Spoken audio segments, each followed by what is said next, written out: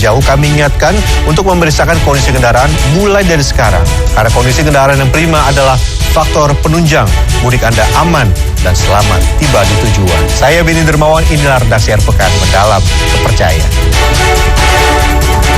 Berbagai kegiatan dilakukan untuk mengisi waktu menjelang berbuka puasa. Di Lumajang, Jawa Timur, komunitas pecinta kucing melakukan sosialisasi dan edukasi tentang perawatan kucing dan bagi-bagi takjil kepada warga. Kalau di Kudus, Jawa Tengah, anak-anak bermain beragam permainan tradisional. Mereka juga membuat mainan dari daun pisang dan daun ketela.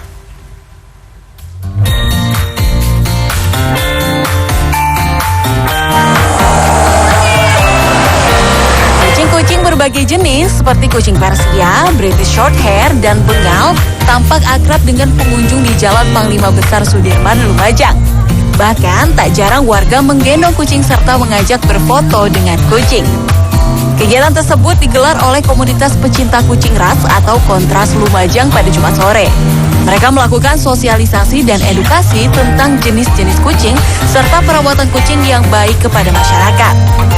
Selain itu, komunitas kucing ini melakukan kegiatan bagi-bagi takjil kepada para pengguna jalan di Jalan Panglima Besar Sudirman, Lumajang. Untuk kegiatan komunitas kucing bisa mengedukasi ya dari cara perawatan kucing, kemudian makannya juga, kemudian dari groomingnya ada.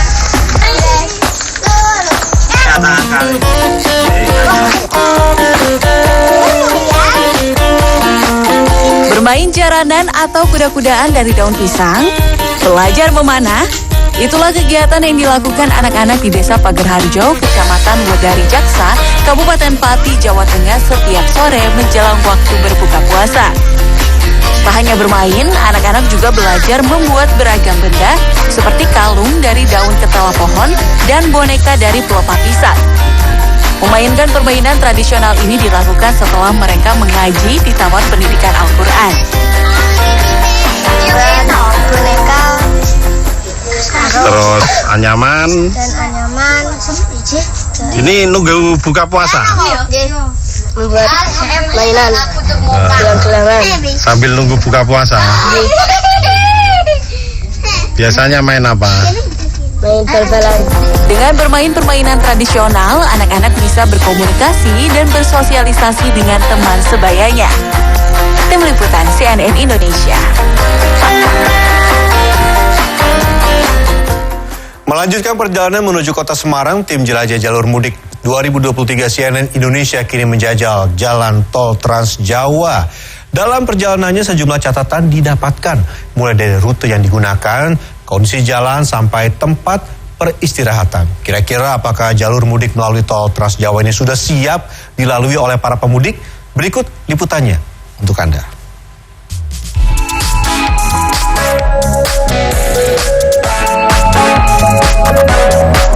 Setelah sempat singgah di kota Pekalongan, saat ini saya sedang menuju ke kota Semarang sebagai destinasi terakhir. Nah, sekarang posisinya saya ada di tol Trans Jawa, sesi Semarang-Batang. Dan kalau misalnya kita perhatikan jalan tol Trans Jawa sesi Semarang-Batang ini kondisinya relatif baik ya. Dari badan jalannya, kondisi aspalnya, meskipun ada beberapa lubang dan juga jalannya agak sedikit bergelombang ataupun bumpy gitu ya. Bisa dilihat nih, agak mengayun ya mobil yang saya kendara ini, tapi tidak terlalu mengganggu. Melintasi ruas tol Trans Jawa sesi Semarang-Batang, para pengendara akan dihadapkan dengan medan jalan tol yang cenderung lurus. Batas kecepatan yang ditetapkan adalah mulai 60 hingga 100 km per jam. Para pengendara dituntut untuk selalu waspada dan berhati-hati ketika melintas di jalur ini. Kondisi fisik dan mental menjadi hal yang paling utama dalam berkendara. Nah, yang paling saya rasakan ketika melintasi jalan tol Trans Jawa ini memang kadang-kadang itu ngantuk ya, bikin ngantuk karena jalannya lurus dan relatif sepi. Nah, yang harus diperhatikan oleh para pengendara nih, kalau sudah mulai merasa ngantuk atau sudah mulai merasa fatigue karena lelah mengemudi, baiknya ketika ada rest area, ini harus bisa mampir ke sana. Nah, sekarang saya akan mencari rest area terdekat yang ada di tol Semarang-Batang ini, sambil ngelihat seperti apa sih fasilitas yang ada di sana dan juga kesiapan mereka untuk menyambut momen mudik lebaran tahun 2023 ini.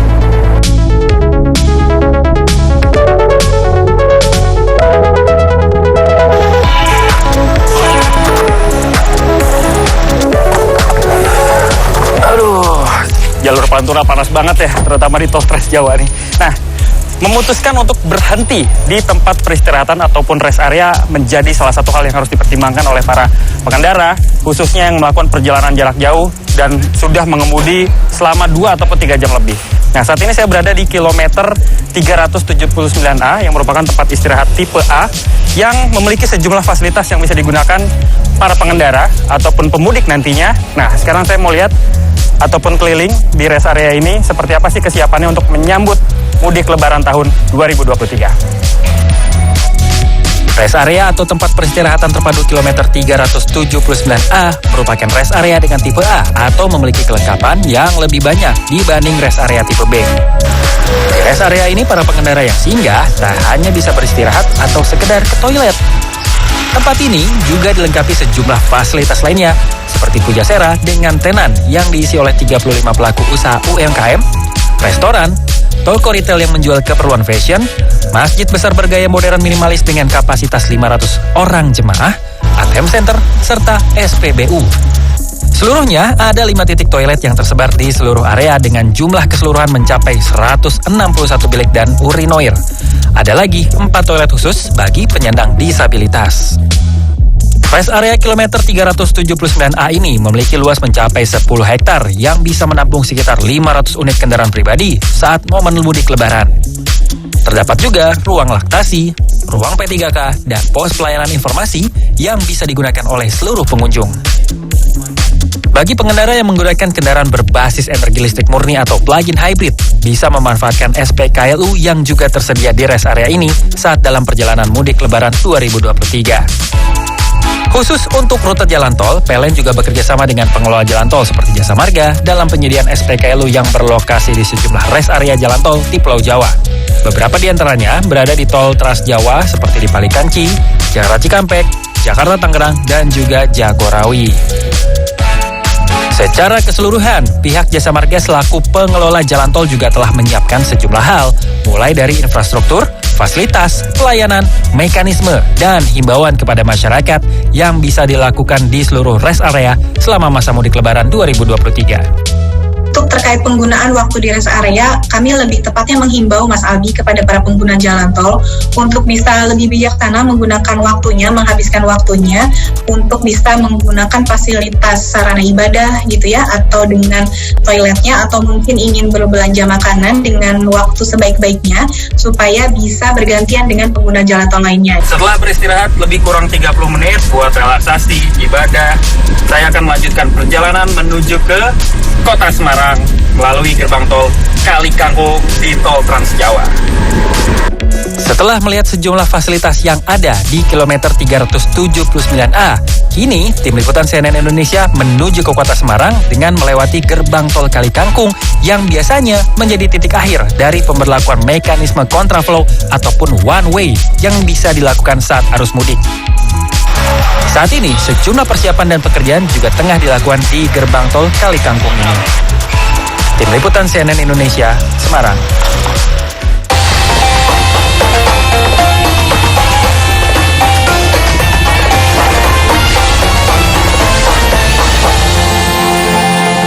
Saatnya kami mengajak Anda untuk menjelajahi masjid-masjid yang sudah berusia ratusan tahun dan menjadi cagar budaya.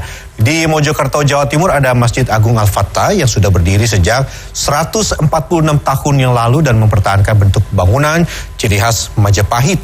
Sementara di Samarinda ada Masjid Siratal Mustaqim yang dibangun sejak tahun 1881 dan menjadi saksi penyebaran Islam di tanah Borneo.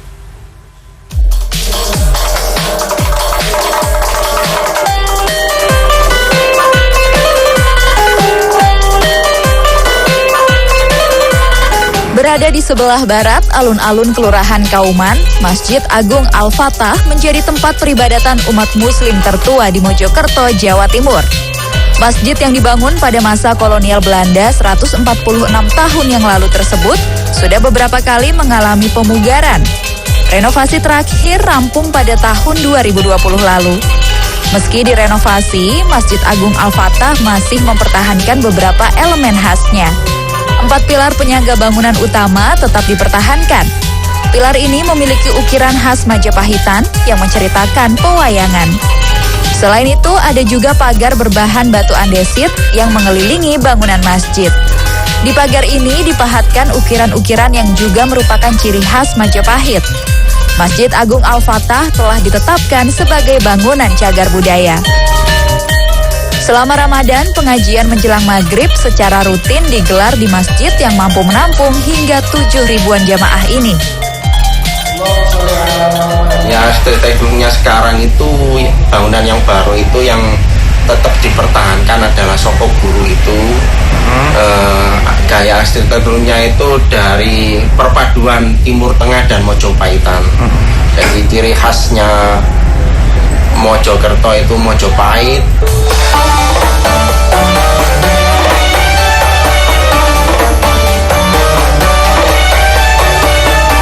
Di Samarinda, Kalimantan Timur, terdapat masjid yang menjadi saksi penyebaran Islam di tanah Borneo. Adalah Masjid Sirotol Mustaqim yang dibangun pada tahun 1881 dan menjadi masjid tertua di Samarinda. Masjid Sirotol Mustaqim dibangun oleh Said Abdurrahman bin Assegaf dengan gelar Pangeran Bendahara sebagai upaya syiar. Sultan Kutai Haji Muhammad Sulaiman menjadi imam pertama yang memimpin sholat di masjid ini.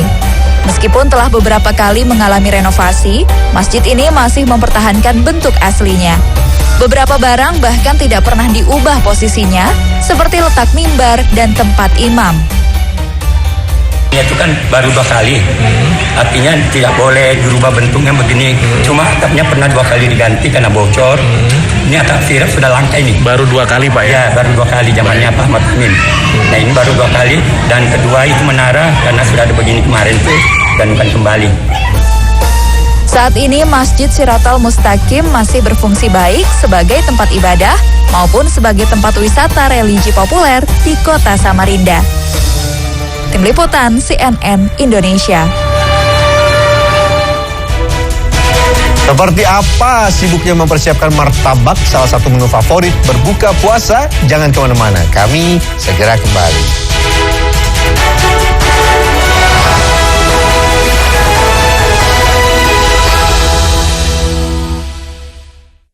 Kenalin ini istri saya. Masakan dia yang terbaik. Gak sabar Ramadan bibi, gas ambil rezeki. Gak sabar setiap hari, pasti puas menjadi bibi. Dingin. Dingin kok disemprit? Minum Angesari susu jahe dengan jahe emprit. Kecil jahenya, besar manfaatnya. Nah, ini jahe emprit. Jahe ya Angesari. Iklan Popmi. Puasa macet, mudik macet. Berpikir dulu dong sob. Segerakan buka puasa pakai Popmi. Mau di mana aja tetap seru. Yuk sob, sikat Popmi. Seru terus kuy. Ini bulan penuh rasa semangat. Semangat saling menjaga silaturahmi. Rasakan hangatnya kebersamaan dalam semangat kebaikan. Kopi Kapal Api, jelas lebih enak. Di Lazada Ramadan Mega Sale ada bonus dadakan yang bikin hemat. Gratis ongkir tanpa minimum pembelian. Ditambah lagi setiap kamu belanja, Lazada memberi paket lebaran untuk saudara kita yang membutuhkan. Yuk membeli untuk memberi sekarang. Sibuk warawiri, tahu-tahu beduk udah bunyi. Aqua dulu. Diciptakan oleh alam 100% murni untuk bulan yang suci. Aqua dulu. Jangan terima kasih ke sambal ABC. Buat waktu keluargamu jadi seru. Tapi pada petani yang merawat dan memetik cabai hiung berkualitas dari Kalimantan. Selalu menjadi rahasia kelezatan favorit keluarga. Sambal ABC bukan sambal biasa. Kamu harus nurut kata Bapak. Sampaikan niat murni. Pak, aku minta maaf, Pak. Lapangkan hati. Bear Brand, rasakan kemurniannya. Di mana kau Mali? Nggak kangen masakan Bundo? Aku pulang. Tenang Bundo. Ada mie sukses mantap isi 2 rasa rendang baru. Wow, berasa rempahnya. Wow, kenyangnya. Mantap. Rendangnya resep banget. Wena rendangnya. Wow, kenyangnya. Dari Wingswood. Minuman zaman now. Ngapain ngantri dan mahal? Milk Juice Ice Blend baru. Rasanya sama, lebih praktis, enak. Milk Juice Ice Blend. Juga rasa susu dan buahnya nge-blend banget. Milk Juice Ice Blend dari Wings Food. Berani diadu. Sebelum puasa, sahur dulu di Butik Hotel Seger. Bareng Pak Andre, si manajer, Regan dan Wendy, tukang bawa koper, Mas Surya dan Jegel yang suka baper, tamu centil Rina Nose yang mager, dan Diki Divi, si troublemaker. Ditambah Mbak Manda yang bikin sahur lebih segar. Setiap hari jam 2 dini hari selama Ramadan di Berkah Ramadan Trans 7 yang dipersembahkan oleh... Nah, kecap itu yang penting kedelai hitamnya. Yakin? Bukan cuma kedelai hitamnya yang penting, tapi kandungannya. Hanya kecap ABC, sari kedelainya terbanyak, jadikan kecapnya otentik. Aromanya memikat, membuat tampilan menggugah selera. Kaya rasa, bikin keluarga. Kecap otentik buat masakan ibu tak tersisa. Ramadan ini gue bersyukur kita bisa bertemu kembali. Bersyukur untuk kebersamaan, penuh semangat, penuh keceriaan. Bersyukur hari ini dan esok manis kemenangan pasti kita dapatkan. Bersyukur Top Coffee selalu hadir menemani kita. Dari Wings Food. Berhijab di tengah panas dan polusi, rasa lebih gerah. Baru, Soklim Pewangi Hijab. Teknologi anti gerah, bikin sejuk, wanginya long lasting. Soklim Pewangi Hijab, refreshing green. Baru. Minuman zaman now. Ngapain ngantri dan mahal? Ada nih, rasanya sama. Milk Juice Ice Blend baru. Kini makin eksis. Lebih praktis, dibuat di mana aja, kapan aja. Milk Juice Ice Blend. Butiran granulasinya mudah larut, juga rasa susu dan buahnya nge-blend banget. Milk Juice Ice Blend. Rasa buah asli. So milky. Buktiin aja. Enak. Jadi energik dan aktif. Berani diadu. Milk Juice Ice Blend. Eksis rasanya. Dari Wings Food. Dari wangi rose water yang segar dan argan oil yang melembutkan, Givija Perfume Beauty Body Wash baru buat kulit lembut dan wangi seharian. Givija Perfume Beauty Body Wash, rose water and argan oil. Wingscare.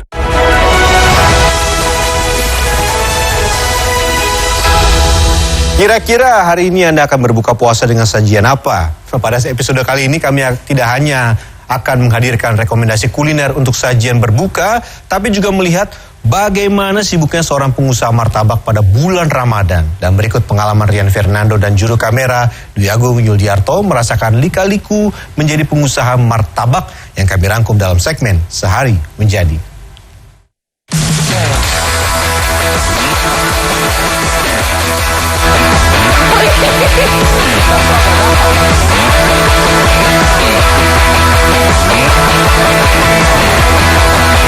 Makin sengit.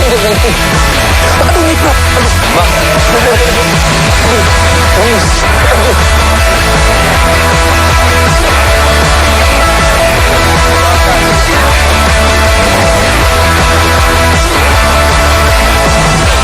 Mau yang manis, legit, dan lumer di mulut, rasa-rasanya martabak manis bisa jadi pilihan. Tapi, kalau lagi mau martabak dengan rasa gurih lengkap dengan isian daging plus daun bawang yang menggugah selera, tentu martabak telur menjadi jawabannya. Pada bulan Ramadan, pengusaha martabak yang rata-rata buka sejak sore hingga malam kebanjiran orderan. Selamat datang di segmen Sehari Menjadi. Ini saya sudah memegang alat-alat masak karena kita akan membuat martabak-martabak yang tadi Anda lihat. Dan untuk mendapatkan martabak yang enak, kira-kira gimana ya bikinnya? Dari awal ya. Oke, boleh saya bantu nih Bang ya? Silakan. Oke, anak magang ngeres. Oh, panas. Kita siapkan dulu ya aneka bahan untuk membuat martabak telur. Tentu selain telur, daging sapi dan daging ayam jadi isian wajib untuk camilan gurih yang satu ini. Bang, sebenarnya bisa nggak sih kalau kita pakai daging giling?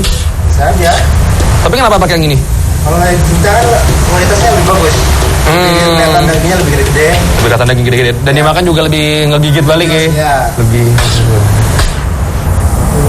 Oke. Masukkan bawang merah dan bawang putih yang telah dihaluskan. Kemudian lada, garam, gula, dan kecap manis secukupnya. Kalau yang mau isian martabak Anda menjadi semakin sedap, tambahkan sejumput udang ebi ya. Belum jamnya bro. Tahan, masih sore. Sabar. Dalam sehari, pengusaha martabak di tempat ini menghabiskan puluhan kilogram daging sapi dan daging ayam. Ingat, jangan pelit daging ya, agar martabaknya semakin gurih dan lezat. Kita akan bikin terus karena pusatnya bikinnya di kawasan Kelapa Gading. Sebelum kita lanjut ke tempat yang jadi khas, tempat martabak Pecenongan. Daun bawang memiliki rasa yang manis pada bagian umbi atau batangnya dan segar pada bagian hijaunya. Ketika dimasak, daun bawang akan menambah rasa khas dan segar pada martabak telur Anda. Kalau nggak tipis, kenapa tuh? Kalau nggak tipis, dan apa? Rasa daun bawangnya bisa pahit, Bang. Kalau nggak tipis, rasa daun bawangnya bisa pahit. Rasa dagingnya dan rasa dagingnya jadi berat. Karena ketutupan daun bawang. Oh beneran bro. Perih bro. Emang perih brother. Martabak yang lezat tak hanya soal isian, namun juga harus didukung dengan kulit yang renyah ketika disantap. Tambahkan telur, gula, garam, dan tentu baking soda untuk membuat adonan mengembang dan semakin renyah ketika digoreng. Kalau kekentelan kenapa bang? Kekentelan kulitnya tebal. Oh iya. Enak pinggirnya agak crunchy ya. Iya. Sebelum dikemas dan dikirim ke toko martabak di cabang-cabang yang lain, lumuri adonan yang telah mengembang dengan mentega agar tidak menempel satu sama lain. Walau di tempat ini martabak telur lebih banyak dipesan sebagai sajian berbuka, martabak manis dengan ragam topping juga jadi primadona bagi sebagian pelanggan. Martabak manis identik dengan kulit yang lebih tebal dibanding toppingnya. Jadi, harus betul-betul diperhatikan ya kekentalan dan komposisi adonannya. Kalau salah, wah, bisa-bisa pembeli komplain. Tepung, garam, baking soda, vanila, dan mentega cair diaduk hingga tercampur sempurna. Dalam sehari ribuan bahan-bahan awalannya dibikin dari sini. Dan saya akan langsung gas dari Kelapa Gading ke Pecenongan, ke tempat utamanya. Let's go. Saya sekarang sudah ada di Pecenongan. Di sepanjang jalan ini banyak yang kang martabak. Dan saya akan belajar untuk bikin martabak yang daging dulu bang ini ya? Ya.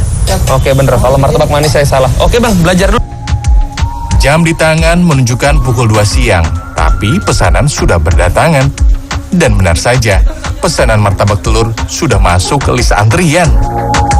Rasa sedikit manis dan pedas dari bawang bombay akan memperkaya rasa martabak telur Anda. Tapi jangan kebanyakan ya, nanti malah pahit. Untuk membuat isian martabak, rasanya mudah saja. Tapi ini dia bagian tersulit dari membuat martabak telur. Gak pernah saya begini. Aduh, masih bisa bang ini? Kok nyangkut ke situ? Iya. Iya. Ini udah bisa dipakai. Kalau bisa jadi. Walaupun dibulat berulang kalau bisa jadi. Karena udah ketarik semua. Jadi nggak bisa jadi satu lagi. Jadi nggak bisa dipakai yang ini? Nggak bisa kan. Sing. Melebarkan adonan dengan cara menekannya dengan tangan atau rolling pin sebetulnya bisa-bisa saja, namun akan lebih memakan waktu. Sedangkan pesanan sudah menanti. Yuk, belajar lagi. Adonan kulit martabak harus dilebarkan hingga betul-betul tipis, bahkan sampai terlihat agak transparan agar renyah maksimal. Sebab kalau terlalu tebal, kulitnya akan cenderung keras, bahkan alot ketika digigit. Jangankan ke mozzarella, pas saya yang ngempleknya begini nggak kelar-kelar. Geser, tarik, geser, tarik, geser, tarik, geser, tarik. Hah? Sampai kering.